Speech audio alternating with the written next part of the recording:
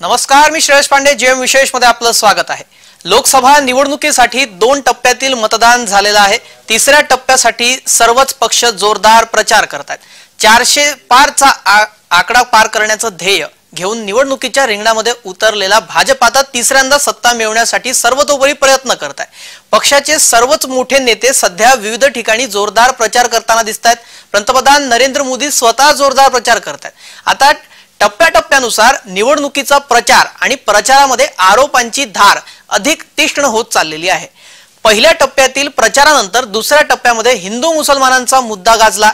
काँग्रेसला देशाची संपत्ती आणि देशाची संसाधने मुसलमानांना वाटायची आहेत असा आरोप पंतप्रधान मोदींनी केला. त्यानंतर आता तिसऱ्या टप्प्याच्या प्रचारामध्ये औरंग्याची एंट्री झाली आहे.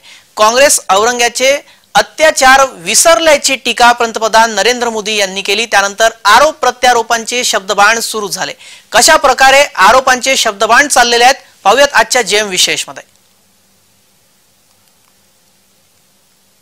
शनिवारी पंतप्रधान नरेंद्र मोदी यांची कोल्हापुरामध्ये सभा झाली. कोल्हापूर म्हणजे राजे महाराजांची भूमी आणि याच भूमीवर क्रूर कर्म्या औरंग्याचा सत्कार करणारे नेते दिसतात असे म्हणत पंतप्रधान नरेंद्र मोदींनी उद्धव यांच्या सेनेला नकली शिवसेना असे म्हणत जोरदार हल्लाबोल केला. काय म्हणाले पंतप्रधान नरेंद्र मोदी पाहूयात.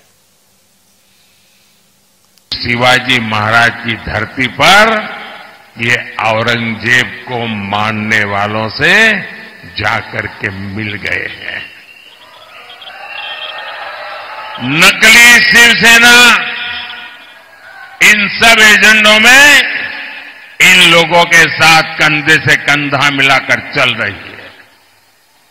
आज बाला साहब ठाकरे होते तो इनकी ये हरकतें बहुत दुखी करती और आज भी उनकी आत्मा जहां भी होगी सबसे ज्यादा दुखी उनके इन कारनामों से होती होगी. दरम्यान पंतप्रधान मोदींनी केलेल्या टीकेनंतर शिवबाटा गटाकडून सुद्धा शब्दबाण सुटले. पण याबाबत बोलताना शिवबाटा खासदार संजय राऊत यांची जीभ घसरली आणि त्यांनी देशाचे पंतप्रधान यांच्यावर असभ्य टीका केली आहे. सोबतच औरंग्याचा जन्म पंतप्रधानांच्या गावात झाल्याचा भलताच तर्क राऊतांनी दिला. काय म्हणाले पाहूयात. कोल्हापूरला भाषण केलं.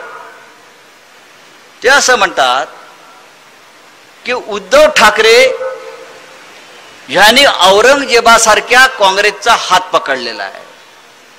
तुम्ही स्वतः औरंगजेब आहात नरेंद्र मोदी. या महाराष्ट्रात छत्रपती शिवाजी महाराजांचा जन्म झाला आहे, लक्षात घ्या. म्हणून महाराष्ट्राला इतिहास आहे.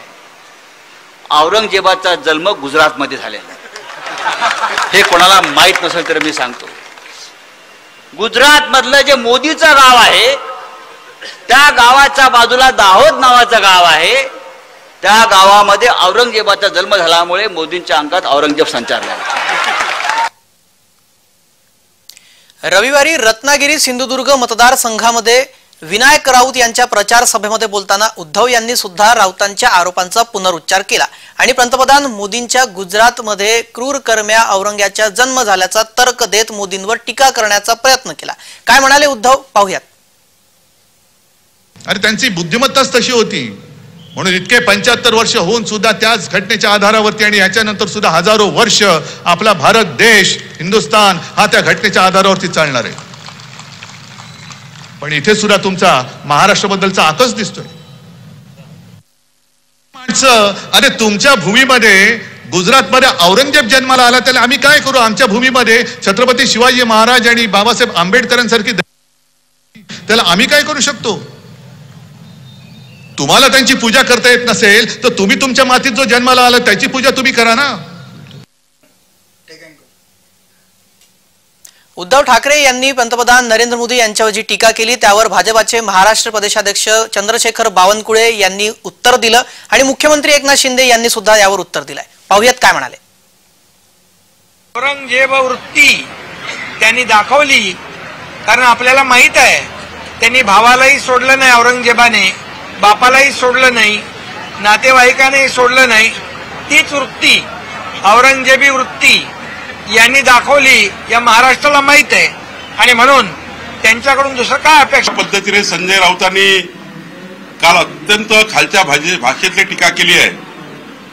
मला वाटतं संजय राऊत हे सोनिया गांधी यांच्या हॉस्पिटलमध्ये उदयनिधी स्टॅलिन यांची जिभेचं जीभ घेऊन त्यांचं ऑपरेशन करून आले आहेत.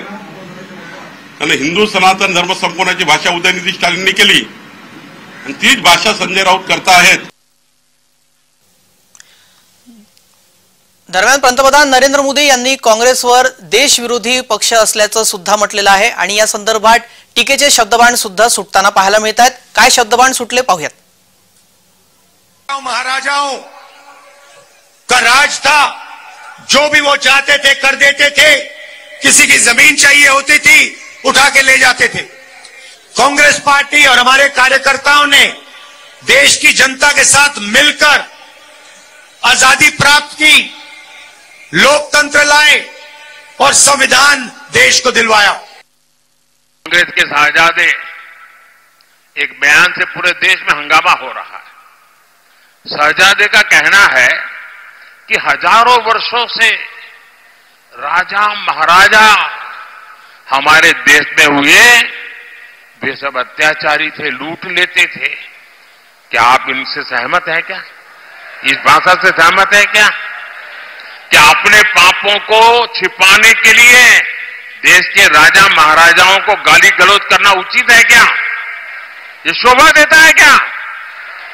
कांग्रेस का ट्रैक रिकॉर्ड रहा है कि उसने भारतीय संस्कृति को नष्ट किया, भारत के इतिहास को सहित इतिहास नहीं रखा, उसको तोड़ा मरोड़ा है.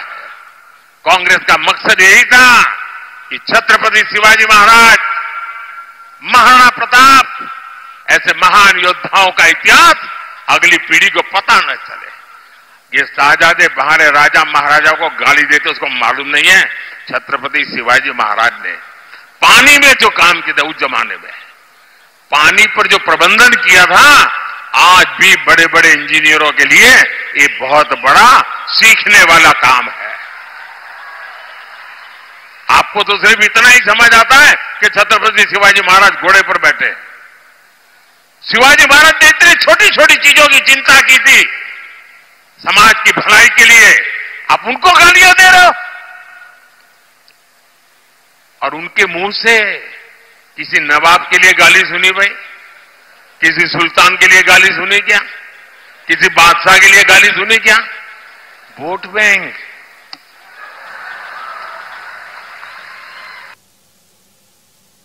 दरम्यान निवडणुकीच्या या तिसऱ्या टप्प्यातील प्रचारादरम्यान क्रूरकर्म्या औरंग्याचा जो मुद्दा उपस्थित झालेला आहे, हा क्रूरकर्म्या औरंग्या कोण होता ते पाहूयात ग्राफिक्सच्या माध्यमातून. गुजरातच्या दाहोद इथं जन्मलेला मुसलमान शासक, इस्लामी धर्मप्रसारक होता. सत्ताकांक्षी मुघल राजा, वडील आणि भावाला मारून भारताचा राज्यकर्ता बनला. हिंदू धर्माविरोधात सुभेदारांना सक्रिय करणारा राजा म्हणून त्याला ओळखलं जायचं.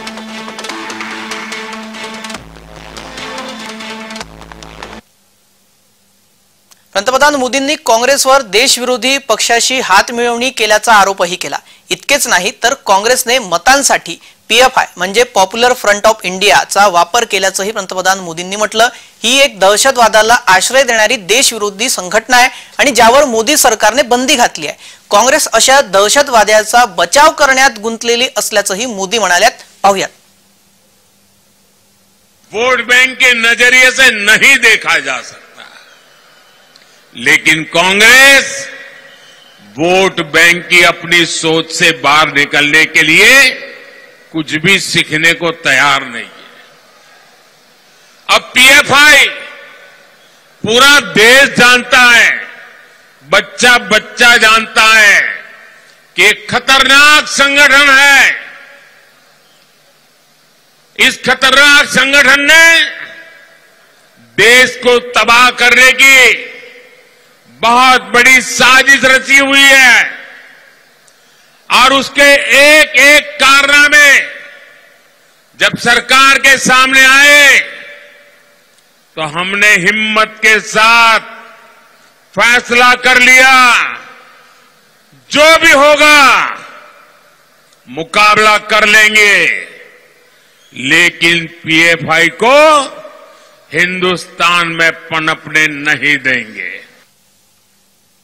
ज्या पीएफआय संघटनेचा उल्लेख करत पंतप्रधान नरेंद्र मोदी यांनी काँग्रेसवर टीकास्त्र डागलंय, ही पीएफआय काय आहे पाहूयात ग्राफिकच्या माध्यमातून। सिमीवर बंदी घातल्यानंतर पीएफआयचा जन्म झाला। सिमी अर्थात student Islamic movement of India, PFI अर्थात popular front of India. Popular front of इंडियाची स्थापना 17 फेब्रुवारी 2007 रोजी झाली। पीएफआयच्या स्थापनेसाठी दक्षिण भारतातल्या 3 इस्लामी संघटना एकत्र आल्या। स्थापनेपासूनच समाज विरोधी आणि देशविरोधी कारवायांचे आरोप त्यांच्यावर लागले। कर्नाटक, केरळ, तामिळनाडू या दक्षिण भारतीय राज्यामध्ये या पीएफआयला प्रबळ करण्यात आलं।